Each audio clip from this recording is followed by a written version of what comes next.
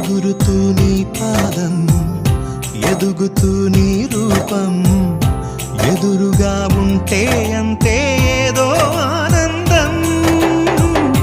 అడుగుతూ కాసేపు అలుగుతూ కాసేపు అనుక్షణం నీతో ఉంటే ఎంతో సంతోషం క్షణములెన్నవుతున్నా వయసు ఎంతొస్తున్నా